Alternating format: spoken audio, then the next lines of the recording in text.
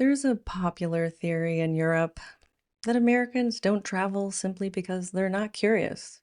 They don't have passports, they don't leave their country, and allegedly, many have not even left their own states. And therefore, the conclusion goes that Americans must be just ignorant, which is a satisfying theory. But unfortunately, like most theories, it does collapse immediately when you compare it to the maths. Because the real reason many Americans don't travel abroad is not simply because they're not curious. Like all things, it's economics. And once you compare the systems side by side, the mystery stops being so mysterious and the theory is out the window. Now, before discussing travel abroad, we must first discuss the elephant in the room, or in the ocean, as you might say, the issue of distance. From London to Rome, it roughly takes about, 20 hours to drive there? From one side of Texas to the other side of Texas, it's 14 hours, and you're still, unfortunately, in Texas. Hmm.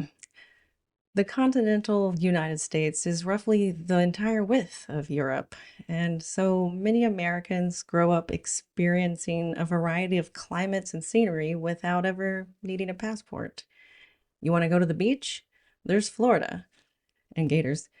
You want to go to the mountains? Well, there's Colorado. And you want to see the desert? Sure, let's go out to Arizona. And if you want to try a Nordic winter simulation, welcome to Minnesota.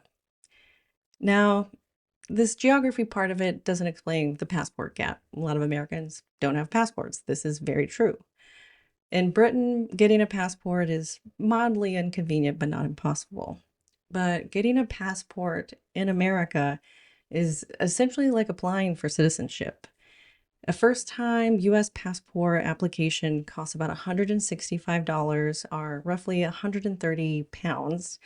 And that's before you pay to take photos or pay for expedited processing or mailing off all the paperwork you need. And if you're a first time passport applicant, sometimes you have to go pick up your passport in person. So then you have to allocate time off from work to even do this.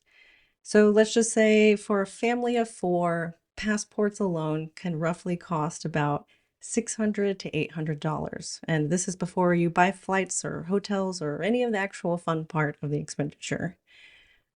Another key difference I would say is the in the UK, international travel, and in Europe, international travel is normalized early on. You do this as a kid, you get to practice run this with your parents. In the US, international travel is a really big financial decision. And I think another big plot twist to this whole thing is that Americans don't travel less because they don't want to. They travel less because they actually have less time. The United Kingdom is a good example. Gives you 28 days of annual leave off a year. In the United States, you know how many days you're guaranteed off for holiday each year? Zero. None. None. None at all. It is the only Western modern economy that does not have a federally mandated amount of days off. Now, the average American will have 10 paid days off a year. That's total sickness, health, anything you need, and holiday. So, you got a family emergency, you better save those vacation days. You have a surgery you might need, you're going to have to use those vacation days. So when Europeans simply ask, why don't Americans just take 2 weeks off and go to Italy? Well, that's their entire year's worth of annual leave, barring any emergencies, which most Americans have to save these days for, and being sick, because in America, you're supposed to be able to schedule being sick somehow. So, in many American jobs, missing work can also mean losing income because just because you have these days off doesn't mean they're paid days off. You just get them as an excuse day off. So, all of this together, and that knowing your health care is tied to this, it becomes a risk calculation to travel abroad, not just a holiday. This creates something economists call precautionary behavior, risk management, risk assessment. They don't maximize happiness. We just have to minimize catastrophe. Let's also talk about the flights now, because Europeans can casually say something like, "Oh, I went to Prague for 25 euros this weekend." Americans hear this and we think probably what medieval peasants thought when they heard about rumors of Atlantis. This cannot be possibly true. The flights in Europe are actually cheaper per mile than flights in the US. It's not just a matter of distance, but when you break it down per mile, the flights are actually cheaper here. Make that make sense, you know? There are times that you can literally fly across Europe for as little as 20 euros. Wow, that's like how much it costs to park in LA. Meanwhile, the average domestic flight in the US sets around $391 in your own country, and sometimes not even that far. So that means an American might actually spend more money to fly from Chicago to Denver than anyone in Europe would spend to fly to a whole new country. So international travel already becomes more expensive before you even get over the ocean. I actually have a personal example of this myself.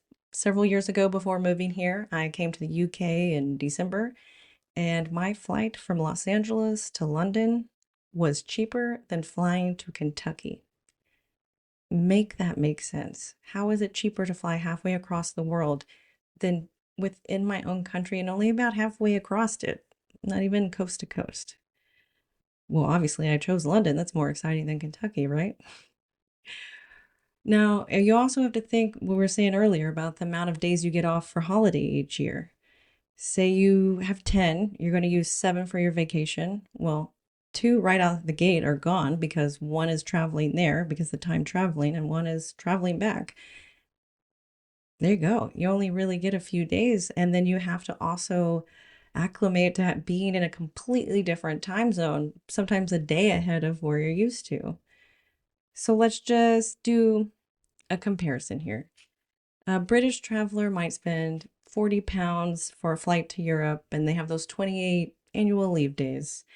You adjust minimally to a time zone, and so you really get to go somewhere and enjoy it. Whereas an American traveler will have to spend $165 for a passport and then $600 to $1,200 for a flight on average. Again, you only get these 7 to 10 days tops. You've lost those 2 days on travel, and these days may be paid off. You have the same level of curiosity about the world, but you have very different economic realities. Travel isn't just about affordability, it's about friction. And Americans have more travel friction at every single step. Uh, Also, Americans work more hours per year.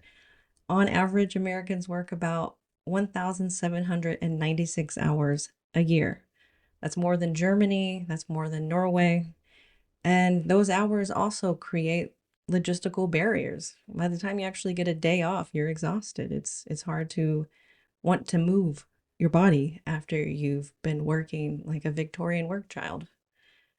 And there's also the issue of vacation guilt.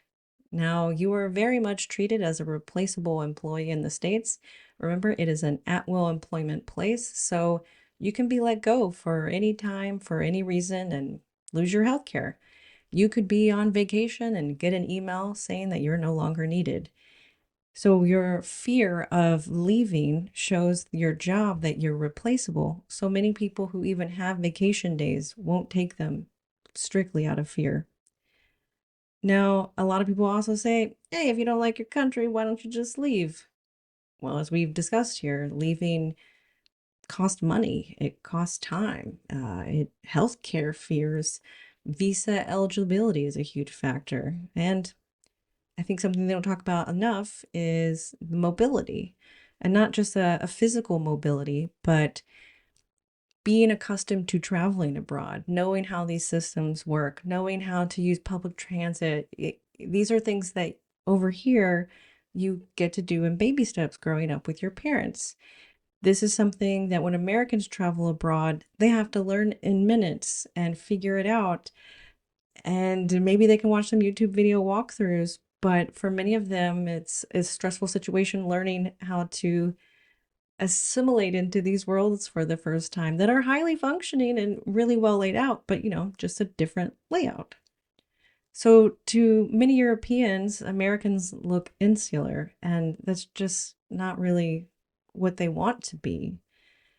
Uh, this stereotype, I think, is also based on when you do meet American tourists in Europe, they tend to be wealthier, they tend to have mobility.